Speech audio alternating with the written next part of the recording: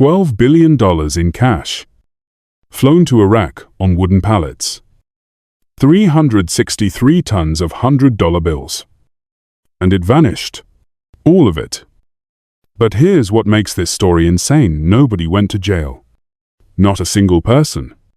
Because technically, no crime was committed. This is the story of how war creates legal black holes. Now, I want you to imagine something. You're a bank teller. And one morning, your manager walks in and says we're sending $12 billion to a vault across the country. No receipts. No tracking numbers. No security cameras. And if any of it goes missing, no one gets in trouble. You'd think he was joking. Or insane. But that's exactly what happened between 2003 and 2004.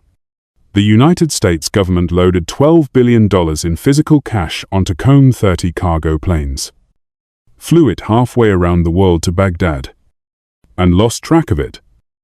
The official term, insufficiently documented. The real translation, we have no idea where it went. And here's the part that should make you uncomfortable. This wasn't a failure of the system. This was the system, working exactly as designed. Because when you're operating in what the government calls contingency operations, a polite way of saying war zone, normal rules don't apply. Over the next 19 minutes, I'm going to show you the 5 mechanisms that made this possible. And by the end, you'll understand why the biggest cash heist in history wasn't a crime at all. It was a feature. Before we talk about where the money went, we need to understand what $12 billion in cash actually looks like. Because this number is so large, it loses all meaning. So let me make it real. A single $100 bill weighs approximately 1 gram. That means $1 million in hundreds weighs about 22 pounds. Roughly the weight of a car tire. $12 billion. That's 363 tons. To put that in perspective, that's heavier than the Statue of Liberty. Heavier than a fully loaded Boeing 747. Heavier than 60 adult elephants standing on a scale together. The Federal Reserve had to work around the clock for weeks. They packaged the bills onto wooden pallets, wrapped them in plastic, and loaded them onto military cargo planes. Between May 2003 and June 2004, the U.S. flew 281 separate flights carrying cash to Baghdad. The largest single shipment, $2.4 billion, on one plane, in one day. Now, here's where it gets interesting. This wasn't American taxpayer money. Not technically. This was Iraqi money. Frozen assets from the Saddam Hussein regime. Oil revenues held in U.S. banks. Funds from the UN Oil for Food program. The legal justification was simple: we're liberating Iraq. And Iraq needs to pay for its own reconstruction. So we're sending their money back. Sounds reasonable. Right. But here's the first mechanism that made the money disappear: speed over accountability.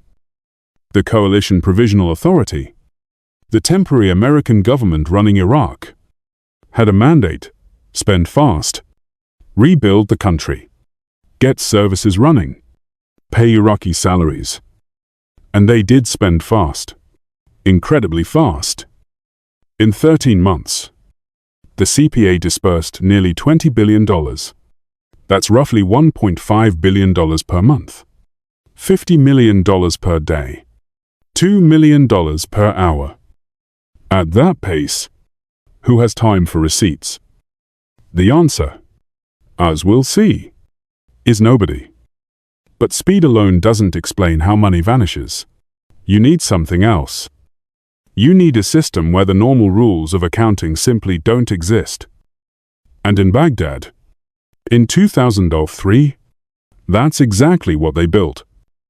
The Coalition Provisional Authority was the most powerful and least accountable organization in modern American history. And that's not an exaggeration.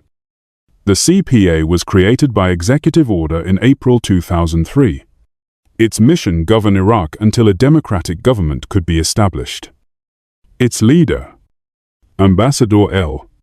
Paul Bremer, had more unilateral power than any American official since General Douglas MacArthur ruled post-war Japan. He could hire and fire Iraqi ministers. He could award contracts worth billions. He could literally write the laws of a nation. And here's the critical part: the CPA was not subject to normal U.S. federal oversight. Let me say that again. The organization spending billions of dollars was not subject to the same rules that govern every other federal agency. Why? Because of something called Contingency Operations Authority. When you're operating in a war zone, normal procurement rules, the ones that require competitive bidding, documentation, and audits, can be waived. In theory, this makes sense. You can't wait 6 months for a bureaucratic approval process when soldiers need supplies tomorrow. In practice, it created a financial Wild West. Consider how money actually moved through the CPA. Cash would arrive at Baghdad International Airport. Pallets of shrink-wrapped bills. Teams would load them onto trucks and drive them to the Republican Palace, Saddam's former headquarters, now CPA Central. In the basement, they set up what employees called the cash cage, a literal cage filled with bricks of $100 bills. When a program manager needed money for construction, for salaries, for equipment, they would submit a request. If approved, someone would walk down to the basement, count out the cash, stuff it into duffel bags, and hand it over. No electronic transfers, no banking records, no paper trail, just bags of cash. One CPA official later testified to Congress that he once received $2 million in a pizza box. Another described carrying $7 million through Baghdad in the back of a pickup truck. This wasn't an exception. This was standard operating procedure. But even in chaos, someone is supposed to be watching. Someone is supposed to ask, where did the money go? In Iraq, that job fell to a small team of auditors. And what they found, and couldn't find, would become the stuff of congressional hearings. When Stuart Bowen arrived in Baghdad in 2004, he had one job: follow the money. He would spend the next 9 years trying. Bowen was the Special Inspector General for Iraq Reconstruction. See here.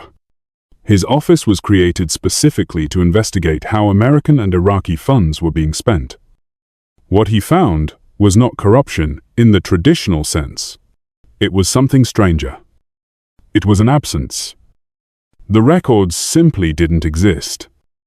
Of the $8.8 billion in Iraqi funds dispersed by the CPA, Bowen's team could not adequately account for any of it. Not a single dollar had a complete paper trail. Let me be precise about what that means. It doesn't mean the money was stolen. It might have been spent on legitimate reconstruction projects. It might have paid Iraqi salaries. It might have rebuilt schools. We don't know, because no one wrote it down. Consider one contract that SIGIR investigated. The CPA paid $327 million to Iraqi security forces. When auditors asked for documentation, they received a single spreadsheet. No invoices. No receipts. No verification that the people being paid actually existed. Another $120 million went to a British security firm. The contract, missing. Another $89 million paid to an American company for equipment. The equipment never delivered. The company out of business. In total, SIGIR documented over $9 billion in questioned costs. Expenditures that couldn't be verified. But here's what makes this different from ordinary fraud. When SIGIR referred cases to the Department of Justice for prosecution, they hit a wall. Not because the DOJ wasn't interested, but because you can't prosecute what you can't prove. To charge someone with theft, you need evidence that something was stolen. But when there are no records, there's no evidence. And when there's no evidence, there's no crime. The absence of documentation didn't just hide potential fraud. It made fraud legally impossible to prove. And this brings us to the most disturbing part of this story. Because you might be thinking, surely someone tried to investigate. Surely someone tried to hold people accountable. They did. And what happened to them reveals just how deep this system goes. In 2007, the House Oversight Committee held a hearing titled Cash Transfers to the Coalition Provisional Authority.